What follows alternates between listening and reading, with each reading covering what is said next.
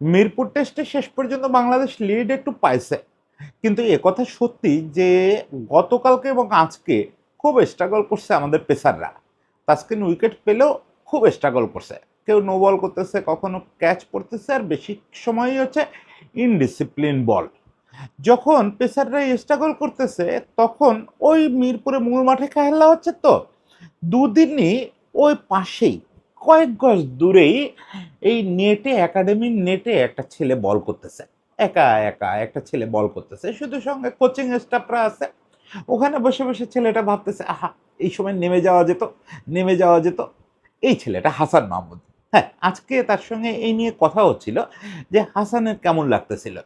না, হাসান এটা একবারও বলেনি এবং সে কোনোভাবে বলতেও চায় না যে তার বন্ধুরা বা তার সতীর্থরা খারাপ বল করছে। তার মতে সে থাকলেও একই রকম বল করতে, একই রকম চেষ্টা করতো, তার বন্ধুরা সর্বোচ্চ চেষ্টা করছে, তার কলিগরা সর্বোচ্চ চেষ্টা করছে। সে কলিগরা খারাপ করতেছিল বা এইসব ভেবে কখনো নামার কথা ভাবে না। সে আসলে বলটা হাতে নিয়ে ওই উইকেটে বলটা ছেড়ে দেওয়ার জন্য হাত নিষ্পিস করতেছিল। এই প্রথম ক্যারিয়ারে, টেস্ট ক্যারিয়ারে এই প্রথম বাইরে বসে বাংলাদেশের টেস্ট দেখতেছে। অভিষেকের পরে এর আগে কখনোই টেস্ট থেকে বসে থাকতে হয় নাই, এতটা অপরিহার্য করে ফেলছে হাসান মাহমুদ নিজেকে। তো প্রথম টেস্ট দেখার অভিজ্ঞতাটা, মাঠের বাইরে থেকে অভিজ্ঞতাটা কেমন ছিল সেই সব জানতেই ফোন দিছিলাম, এবং এই প্রথম তার সঙ্গে আমার কথা হলো। খুব ইন্টারেস্টিংলি এই প্রথম তার সঙ্গে আমার সরাসরি কথা হলো। তা আমি দেখলাম যে ছেলেটা শুধু দেখতে সুন্দর, শুধু হাসিটা সুন্দর, আর শুধু ভয়ানক বোলার তা না, খুবই উইটি একটা ছেলে, খুব মজা করতে পারা একটা ছেলে। ওর সঙ্গে কথাটা কেমন হলো সেটা একটু বলে হোপফুলি ঈদের পর পর ওর একটা ইন্টারভিউ আপনাদের দেখাতে পারবো। আজকে তো আসলে অফ দ্য রেকর্ড যা বলছে ওটা তো রেকর্ড করতে পারি নাই, ফলে আজকে কথার ভাবটা একটু শোনাইতে পারবো আনঅফিসিয়ালি। কিন্তু ঈদের পর পর একটা ইন্টারভিউ শোনাবো। তার আগে একটু দেখেন যে ছেলেটা কেমন উইটি একটা ছেলে, বিভিন্ন কথার জবাবে কেমন মজা করতে পারে। হাসানের জন্য ইনজুরি খুব নতুন কিছু না। ওর শর্টার ভার্সন অভিষেকের পরপরই ও কিন্তু প্রায় ১-১.৫ বছর ইনজুরির জন্য ইন্টারন্যাশনালের বাইরে ছিল। ওর ক্যারিয়ারটা আরও আগে থেকে আরও বড় হওয়ার কথা ছিল, এবং ওর যখন অভিষেক হলো তার পরপরই যারা কোচিং স্টাফ ছিলেন তারা প্রায় সবাই বলতেছিলেন যে বাংলাদেশের পেস বোলিংয়ের ভবিষ্যৎ হবে এই ছেলেটা। কিন্তু মুহূর্তের ভিতরে ইনজুরিতে পড়লো, এবং বেশ কিছু কাল আমরা বুঝতেছিলাম না যে হাসান কি ইনজুরিতে ভুগতেছে। এটা নিয়ে পত্রপত্রিকায়ও আমি তো তখন সাংবাদিকতা করি না, পত্রপত্রিকায়ও পরিষ্কার কিছু জানতে পারতেছিলাম না যে হাসানের আসলে প্রবলেমটা কি। অনেক পত্রিকা, আমার মনে আছে অনেক মিডিয়া লেখা হতো রহস্যময় ইনজুরিতে ভুগছেন হাসান। পরে জানা গেল যে আসলে ব্যাক পেইন, পেসারদের রেগুলার ইনজুরি, যেটা পেসারদের সঙ্গে এটা থাকে, এটা ম্যানেজ করে নিয়ে চলতে হয়। হাসান সেভাবে চলতেছে এবং বোঝা যাচ্ছে যে ম্যানেজটা খুব ভালোই হচ্ছিল। কারণ ২০২৪-এর মার্চে মনে হয় ওর অভিষেক হলো। ওই যে শ্রীলঙ্কার বিপক্ষে ৬ উইকেট নিল, প্রথম ইনিংসে ২টা, পরের ইনিংসে ৪টা। দুর্দান্ত অভিষেক হলো তখনই তো, মানে দেখেন শর্টার ফরম্যাটে ওর, আমি শর্টার ফরম্যাটের কথা বলতেছি, ওই ব্যাপারেই দেখলাম যে দারুণ উইট সেন্স। শর্টার ফরম্যাটে হাসানকে আমি মনে করি যে হাসান ওকে, শর্টার ফরম্যাটে খেলবে। ওই শর্টার ফরম্যাটে তো আমরা বাই রোটেশন খেলাই অনেক রে, ও খেলতেছে। কিন্তু টেস্টে সে আসলে অন্য লেভেলের বোলার। টেস্ট পেসার বললে যেটা বোঝায়, টেস্ট ফাস্ট বল সে তাই। সে শুরুটা করছিল কিন্তু 140 রেগুলার করে, কিন্তু পরে সে তার নিজের পেসটা নিয়ন্ত্রণ করে দুর্দান্ত, মানে আমি সবসময় বলি যে ওর হাতে সাপ আছে, ও সাপ ছেড়ে দেয়। মানে বলকে যেভাবে কথা শোনায়, এইটা বাংলাদেশে কোনো পেসারের কাছ থেকে এর আগে দেখি নাই। সত্যি একদম এরকম দেখি নাই। ওর কথা শোনে বল, বলরে যদি বলে এদিকে যাও ওদিকে যায়, বলরে যদি বলে ঢোকো ভেতরে, ভেতরে ঢোকে। বাতাসে সুইং করে এবং পড়ে মুভ করে, দুদিকে সিমে মুভ করে। এটা দুর্দান্ত দুর্দান্ত একটা যোগ্যতার ব্যাপার। ফলে টেস্ট থেকে তার বাদ পড়ার কোনো কারণও নাই, এবং ইনজুরি ম্যানেজমেন্টটা যে ভালো হচ্ছে তার প্রমাণ হচ্ছে এই সময় বাংলাদেশ যে ১৩টা টেস্ট খেলছে সবগুলোই ও খেলছে। শর্টার ফরম্যাট ঘুরে ফিরে খেলে, এই টুর্নামেন্টে একটা ম্যাচ খেলে, ওই সিরিজে ২টো ম্যাচ খেলে, এরকম। ধরেন আগের কালের দিন হলে হাসান রেগুলার শর্টার ফরম্যাটে খেলতো, কারণ শর্টার ফরম্যাটে তো সে ভালো বোলার।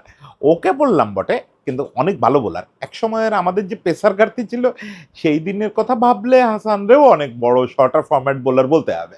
তো যাই হোক, ওই শর্টার ফরম্যাট ওরে একটু বিপক্ষে ফেললো। গত বিপিএল এর সময় ও টেনিস এলবো হলো, টেনিস এলবো আপনারা যারা জানেন যে এটা মোটামুটি ক্রিকেটের খুব কমন ইনজুরি, শুধু ফাস্ট বোলারদের বা স্পিনারদের না, এটা ব্যাটসম্যানদেরও। সচিন টেন্ডুলকারের মতো মানুষ সারাটা জীবন এই টেনিস এলবোতে সাফার করে গেছেন। তো এটা আস্তে আস্তে জিনিসটা ঘটে। টেনিস এলবো ইনজুরি হুট করে ঘটে যাওয়ার সম্ভাবনা কম, তাও ঘটে। গত বিপিএল এর সময় এটা প্রকাশ পাচ্ছে যে ও কাঁধ থেকে শুরু করে হাত পর্যন্ত একটা ব্যথা অনুভব করতেছে। তারপরে চেক করতে গিয়ে দেখা গেল তার আসলে টেনিস এলবো হয়েছে। এরপরে তো বেশ কিছুদিন ওর ট্রিটমেন্টে থাকতে হলো, রিহ্যাব করতে হলো। গত ১-১.৫ মাস একদম বলই করতে পারে না। তারপরে গত সপ্তাহখানেক বোলিং শুরু করছে এবং আজকেও বলতেছিল যে ফুল রিদমে বল করতেছে। একদম ও বলতেছিল আমার 100% যা, আমি তাই দিয়ে বল করতেছি। কোথাও কোনো আমাকে ফিজিও বলতেছে না যে একটু কমায় বল করো। তাহলে এই সিরিজটা কেন খেলতেছে না? সেটা সেই কত দারুণ ব্যাখ্যা দিচ্ছে দেখেন। সে বলতেছে যে আমি তো ১ মাস কম্পিটিটিভ ক্রিকেট খেলি না। ফলে হঠাৎ করে আমাকে কি এখানে খেলানো উচিত হবে? খেলাইলে তো টিমের জন্য এটা ভালো না। আমার জন্যও ঝুঁকিপূর্ণ, টিমের জন্যও ভালো না। কত সুন্দর আন্ডারস্ট্যান্ডিং এই সময়ের ছেলেপেলের। আমি কারোর নাম বলতেছি না। এই আ একটা জেনারেশন পেছনে গেলেই এরকম হইলে আমি শুনতাম ওই ক্রিকেটার বলতেছে যে, "হয়তো খেলতে পারতাম, অফ দ্য রেকর্ড বলি ভাই, আ আমারে আসলে আ সুযোগটা দিল না।" না, এদের ভিতরে ওই ব্যাপারটা নেই। এবং সে আমাকে বলতেছে যে, "আমাদের তো এখন পেস সেটআপ খুব ভালো। আমাদের এখানে যে ৩ জন খেলতেছে, বাইরে শরীফুল আছে, আরো অনেকে আছে। এমন তো না যে জোর করে আমার খেলাতেই হবে। ফলে সবার জন্য যেটা ভালো হয়, আমি তো ১ মাস খেলার মধ্যে নাই। আমি আস্তে ধীরে আসি।" এবং আমি ওইখানেই বললাম যে, "আপনার কি মনে হচ্ছে না যখন পেসাররা স্ট্রাগল করতেছে একটু, এত সুন্দর ঘাসের উইকেট, ময়েশ্চার আছে, আপনার কি মনে হচ্ছিল না যে নেমে যাই?" তাহলে সেটা তো ফ্রম ফার্স্ট ডে। এমন না যে কোনো একটা নির্দিষ্ট সময় মনে হয়েছে যে এই সময় নেমে একটু বল করি। আমি মিরপুরেই তো প্র্যাকটিস করতেছি, ঘুরতেছি, ফিরতেছি, উইকেট দেখতেছি কোন উইকেটে খেলা হবে। আমি তো টেস্টের আগের দিনই দেখছি যে কোন উইকেটটায় খেলা হবে। তারপরে খেলা শুরু হলো, আমি যখন পাকিস্তান বল করতেছে তখনও আমার মনে হচ্ছে যে আমি একটু বল করি। এত সুন্দর ঘাসের উইকেট তো মিরপুরে আমরা খুব একটা দেখি না। তারপরে ময়েশ্চার আছে একটু, আ আজকে বলল যে আজকে স্পেশালি বুকের মধ্যে খুব করতেছিল। একটু ফোরকাস্ট তো, এবং শেষ বিকালে তো বৃষ্টিও হলো। ফলে এই সময় বল করতে পারলে বল খুব মুভ করত। খুব বুকের মধ্যে খুব করতেছে যে এইরকম টেস্ট ম্যাচে এইরকম উইকেটে বল করা ঘরের মাটিতে এটা খুব মিস করতেছি, খুব মিস করতেছি। এবং ওই প্রসঙ্গে আমি ওরে বললাম, "আপনারা যে দেশের মানুষ মিস করতেছে এটা আপনি বোঝেন?" তো বলল, "এটা না আমি কখনো কল্পনা করি নাই। আমি আসলে সারপ্রাইজড হয়ে গেছি। আমার মনে হয়েছে যে মানুষ ক্রিকেট খেলে কেন?"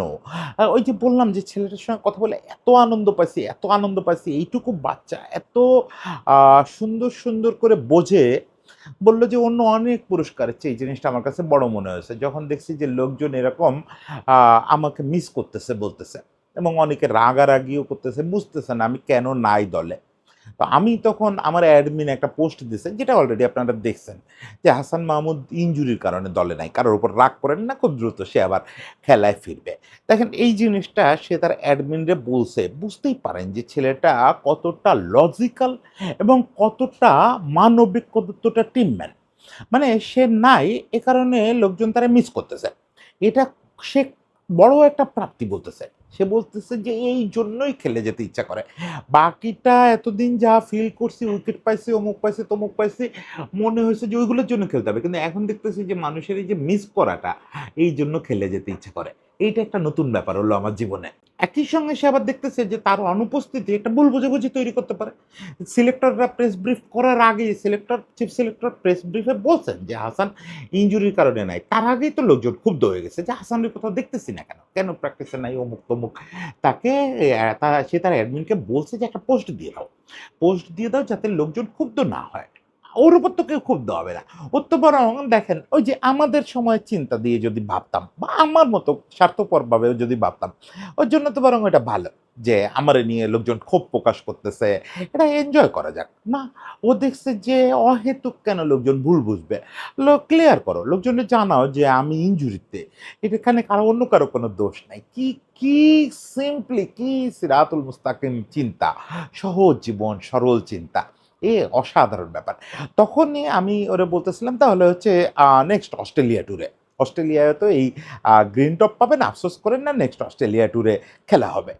ওইটাতে সে ফান ব্যাক করে বলতেছে যে, "তার মানে আপনি আমারে নেক্সট লিমিটেড ওভারে দেখতে চাচ্ছেন না? এই যে অস্ট্রেলিয়া আসতেছে সে সময় তো লিমিটেড ওভারে খেলা আছে। ও জায়গায় তো খেলতে চাই। ও জায়গায় তো সম্ভবত ফিজিও ছাড় দিবে।